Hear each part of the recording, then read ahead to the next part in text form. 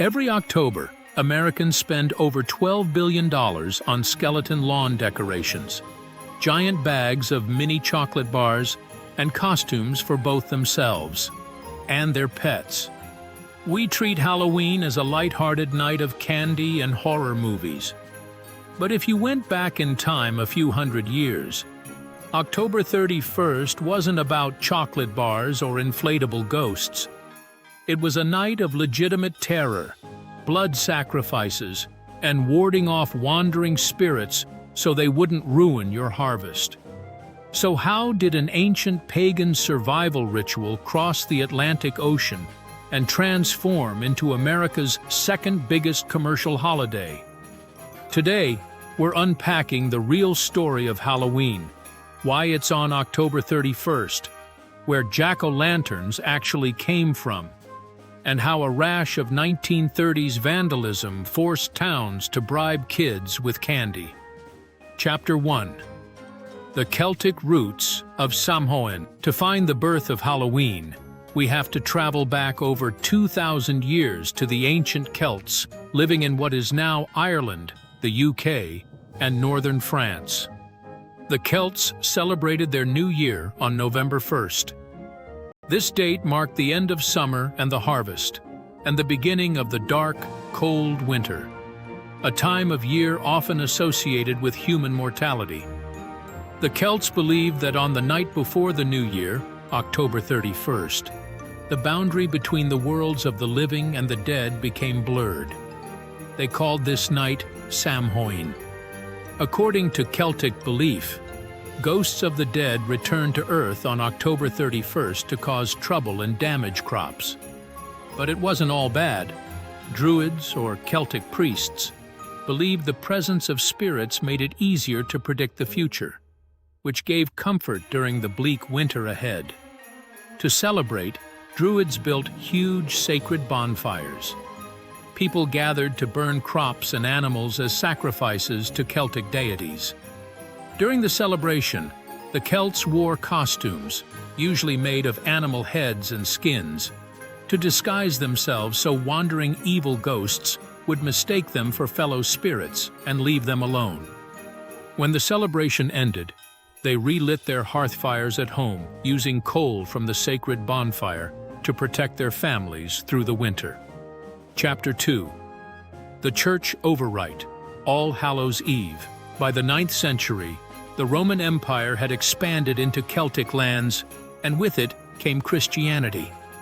The Catholic Church noticed that local populations were stubbornly clinging to their Samhain tradition.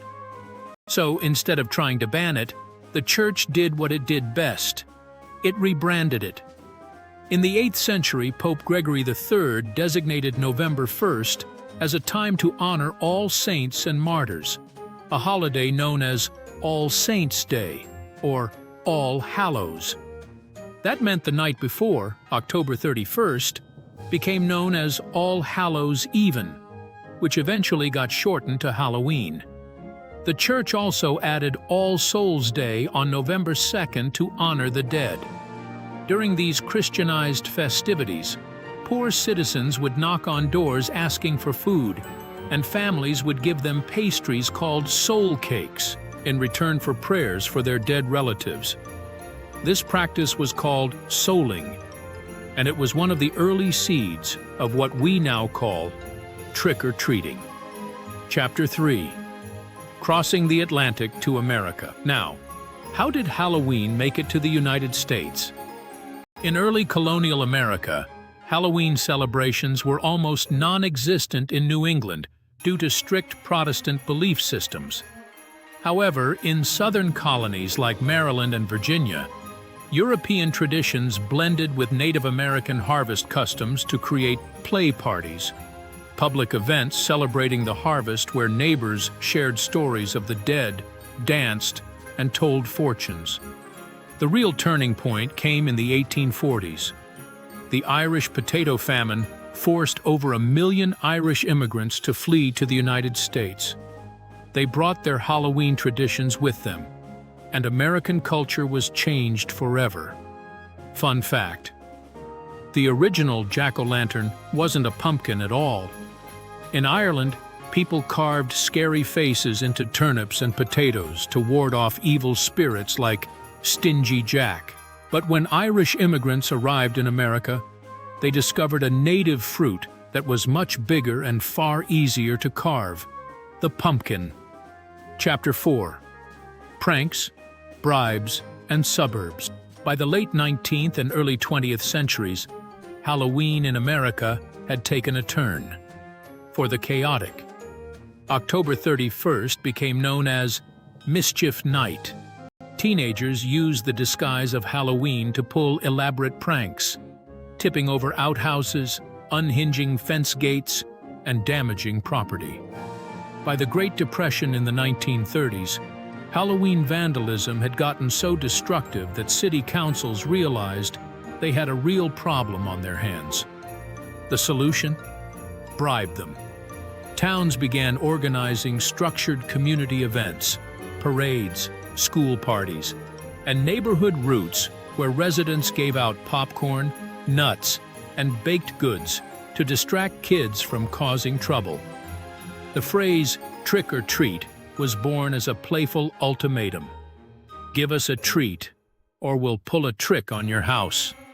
By the post-Wu-Tu suburban boom of the 1950s, trick-or-treating exploded.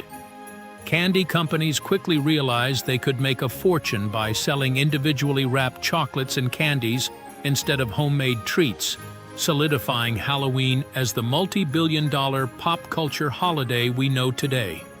So, the next time you light a jack-o'-lantern, put on a costume, or hand out a mini candy bar on October 31st, remember, you're participating in a 2,000-year-old tradition that connects modern suburban America all the way back to ancient Celtic bonfires. What's your favorite Halloween tradition? Let us know in the comments below. And if you learned something new today, hit that like button and subscribe for more deep dives into history. Happy Halloween, whenever you're watching.